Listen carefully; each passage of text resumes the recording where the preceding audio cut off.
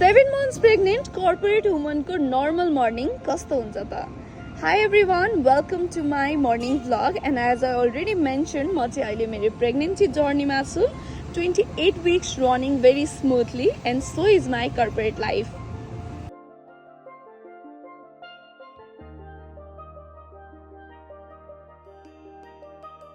बिहानको 6 देखि 6:30 बजेको बिचमा चाहिँ म उठ्छु अनि त्यसपछि पहिलो काम चाहिँ हाम्रो बेड मिलाउने हुन्छ. ट्रस्ट मी गाइस, प्रेग्नेन्सीको बेलामा यति सानो सानो कुरा गर्न पनि हस्बेन्डको हेल्प चाहिन्छ.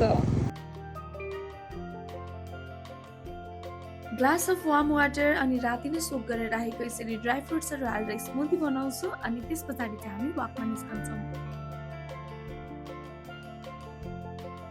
म चाहिँ बालवाटारमा बस्छु अनि बिहान 7-7:30 बजेसम्म पनि यो बाटो चाहिँ कस्तो खाली खाली नै हुन्छ क्या. त्यस्तो धेरै गाडीहरू आउँदैन, हिँड्ने मान्छेहरू मात्र भेटिनुहुन्छ कि. सो हिँड्न चाहिँ एकदमै मजा छ यो बाटोमा.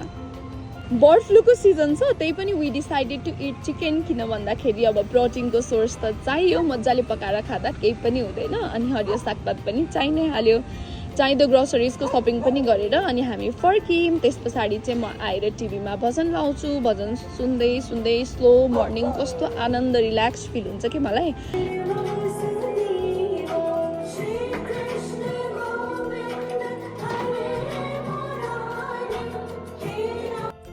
अनि थोरै थोरै प्रिनेटल योगा स्ट्रेचिङहरू गर्छु म चाहिँ. योगाले चाहिँ यो प्रेग्नेन्सीको टाइममा यो ढाड दुख्ने, खुट्टा सुन्निने अनि यो टेल बोन त झन् कति दुख्छ नि त, त्यो चाहिँ धेरै हदसम्म रिड्युस गर्दो रहेछ. सो म चाहिँ डेली बिहान अलिकति एकछिन टाइम निकालेर योगा गर्छु. एन्ड अभियसली कोकोनट वाटर चाहिँ मेरो रिसेन्ट फेभरेट ड्रिङ्क हो, जुन चाहिँ म एभ्री डे नै पिउँछु. अनि मेरो हस्बेन्ड चाहिँ खाना पकाउनतिर लाग्नुभयो. सो म चाहिँ पल्लो कोठामा गएको थिएँ. अहिले रेनी सिजन भएर है लुगा सुकाउन बाहिर मिल्दैन. सो सबै छरपस्ट अर्को कोठाभरि लुगा थियो, त्यो मिलाएँ. यति थोरै थोरै काम गर्दा पनि कस्तो थाकिन्छ कि. हाम्रो हाउस हेल्प दिदी चाहिँ हप्तामा एकचोटि मात्रै बोलाउने गरेको छ. सो मैले चाहिँ अलिअलि सकेको हल्का सफा मात्रै गरेँ. And then I took a very refreshing gentle सावर.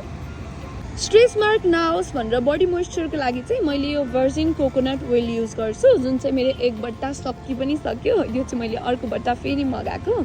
अनि हल्का कपाल ड्राई गरेर स्किन केयर गरेपछि 9:30 बजिसक्यो. सो अफिस जान ढिला हुन्छ भनेर खाना खायौँ. मेरो हस्बेन्डले यस्तो मिठो खाना बनाउनुहुन्छ. अनि अब चाहिँ अफिसको लागि रेडी हुन पर्यो. रिसेन्टली चाहिँ मेरो यो फेरि स्किनको टिन्टेड सनस्क्रिन यस्तो फेभरेट भएको छ है. यो लगाएपछि केही पनि लाउन पर्दैन क्या. हल्का मस्करा, थोरै ब्लस अनि लिप ग्लस लिपस्टिक लगाएपछि एकदमै चकाचक ग्लोइङ देखिहाल्छ. हल्का न्यूड कलरको ड्रेस छ नि त ब्लूमा. सो रेड टच एड गर्यो भने चाहिँ लुक्सलाई अलिकति एलिभेट इन्हान्स गर्छ जस्तो लाग्यो. So this is my final looks for the day. आज चाहिँ अब अफिस जान पनि ढिला भइसक्यो. भिडियो बनाउँदा बनाउँदै 10:30 भइसकेछ. ट्याक्क घरबाट निस्किनु पनि अनि बाटोमा चाहिँ सिमसिम पानी पर्न थाल्यो कि. यस्तो राम्रो वेदर हुन्छ है आजकल. तर कति बेला घाम लाग्छ, घाम लाग्यो भने चरक्कै लाग्छ. सो फाइनल्ली म चाहिँ आइपुगेँ मेरो प्यारो प्यारो अफिस सारा सेवामा. सारा सेवा चाहिँ मेरो एकदमै ह्याप्पी प्लेस हो कि. यहाँ आएपछि मलाई छुट्टै किसिमको आनन्द फिल हुन्छ. सो अनि अफिस आएपछि त अलिअलि पेन्डिङ टास्क अनि सुटहरू पेन्डिङ थियो, त्यो पनि कम्प्लिट भयो. यसरी नै मेरो आजको मर्निङ चाहिँ सकिन्छ. So thank you so much for watching. Leave a heart and subscribe to my YouTube channel as well.